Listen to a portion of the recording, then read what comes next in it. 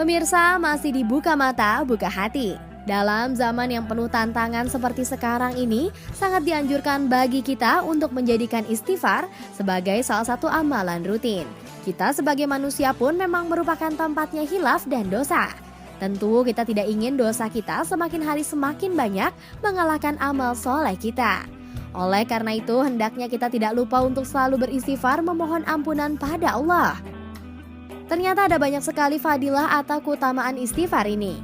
Untuk lebih membuat kita bersemangat melakukannya, berikut adalah uraian kelebihan dan manfaat dari beristighfar. Istighfar merupakan bentuk ketaatan kepada Allah Azza wa Jalla.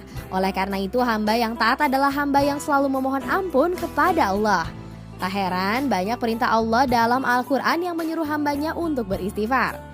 Dengan istighfar, kita secara langsung menjadi semakin dekat dengan Allah lewat permohonan ampunan yang sering kita ucapkan. Istighfar juga merupakan sebab untuk diampuninya dosa. Dalam surat Nuh ayat 10 sampai dengan 12, seperti apa yang ingin diucapkan Nabi Nuh alaihi salam, disebutkan bahwa, "Maka aku katakan kepada mereka, mohonlah ampun kepada Rabbmu. Sesungguhnya Dia adalah Maha Pengampun.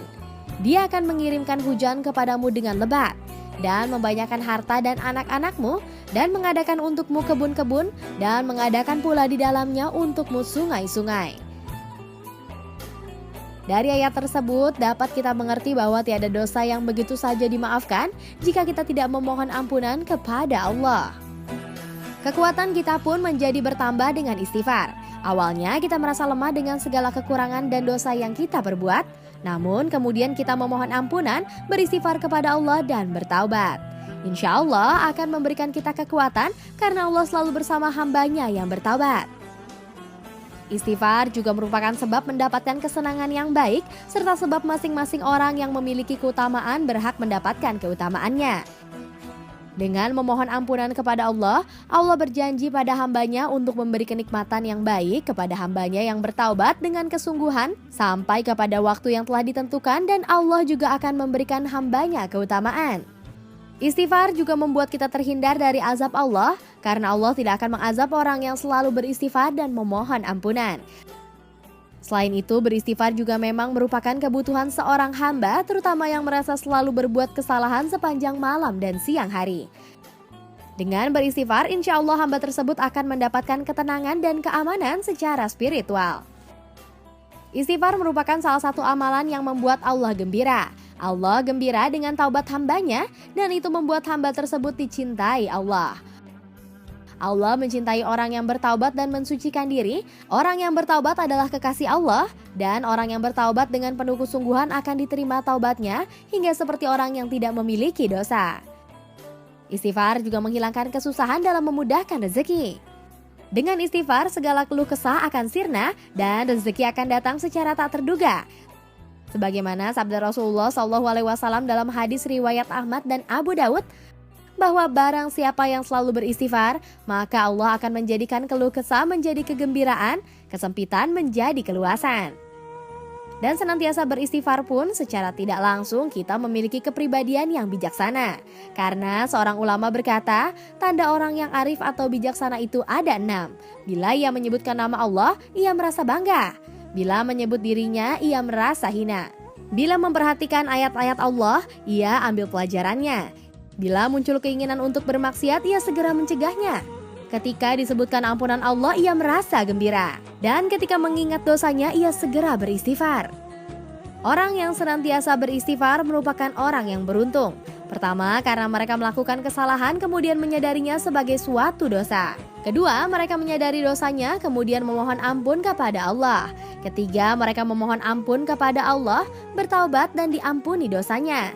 Yang keempat, Allah mengampuni dosanya dan mengganti keburukannya menjadi kebaikan. Nah, pemirsa, begitu banyak faedah yang didapatkan dari istighfar. Tentunya semakin sering kita beristighfar, semakin dekat kita kepada Allah Subhanahu wa Ta'ala. Istighfar tersebut hendaknya dilakukan secara mudawamah, terus-menerus tanpa henti.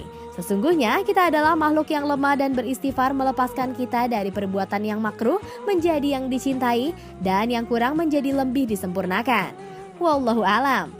Semoga kita menjadi hamba yang senantiasa memohon ampunan dan mendapatkan kebaikan dari Allah Subhanahu wa Ta'ala. Amin ya Robbal 'Alamin. Buka mata, buka hati. Pemirsa yang budiman, pemirsa buka mata, buka hati yang dirahmati Allah Subhanahu wa Ta'ala. Jadi urusan istighfar, yaitu meminta ampun kepada Allah Subhanahu wa Ta'ala, adalah perkara yang dahulu pernah disinggung oleh Imam Hasan Al-Basri. Imam Hasan Al-Basri adalah ulama besar di zamannya. Ketika itu ada orang yang memohon doa untuk keluar dari paceklik. Jadi saat itu ada masa paceklik di mana tumbuhan-tumbuhan nggak bisa panen. Nah, dia bertanya kepada Imam Hasan. Lalu Imam Hasan menjawab, beristighfarlah kepada Allah Subhanahu wa Ta'ala. Lalu datang lagi orang itu datang, dia minta doa untuk keturunan. Wahai Imam, kita nggak punya keturunan, bagaimana caranya biar dapat punya anak, punya keturunan? Lalu Imam Al-Hasan Al-Basri lagi-lagi menjawab, istighfarlah kepada Allah Subhanahu wa Ta'ala.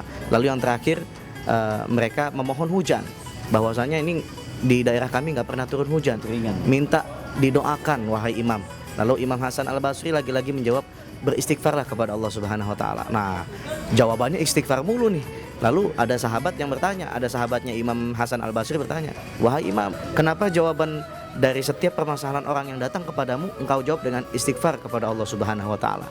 Nah, rupa-rupanya Imam Hasan Al-Basri menjawab bahwa itu bukanlah ucapannya, itu bukanlah jawaban yang keluar dari mulutnya pribadi, melainkan itu adalah firman dari Allah Subhanahu wa Ta'ala. Ya, kita bisa tengok di dalam surat Nuh ya, ayat 10 sampai 3 ayat setelahnya.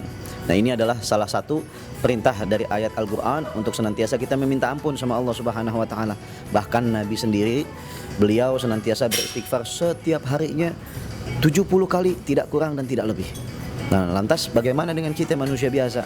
Beliau yang maksum, dijaga dari dosa, gak pernah berbuat kesalahan, tapi beliau mau beristighfar 70 kali setiap hari. Istighfar, meminta ampun kepada Allah. Allah memberinya yarzuqhu min haitsu la yahtasib, memberikan rezeki dari jalan yang ia tidak pernah sangka-sangka. Tuh kelebihan istighfar. Subhanallah. Dan tidak hanya sampai dosa kita diampuni, enggak sampai di situ, tapi kita dikasih keturunan yang baik, keturunan yang soleh-soleha, kemudian kita dikasih rezeki yang tidak diduga-duga datangnya, kemudian kita dikasih kemakmuran hidup. Masya Allah, ini adalah kelebihan daripada istighfar, meminta ampun kepada Allah Subhanahu wa Ta'ala. Mudah-mudahan pemirsa buka mata buka hati, senantiasa kita bisa mengisi setiap hari kita dengan lafaz istighfar, memohon ampun kepada Allah Subhanahu wa Ta'ala. Kalimatnya astaghfirullahal azim. Kita ulang-ulang, kalau bisa lebih banyak dari Nabi Muhammad SAW. Kenapa? Nah, kita manusia biasa, mahalul khata' wa nisyan, tempatnya salah, tempatnya dosa.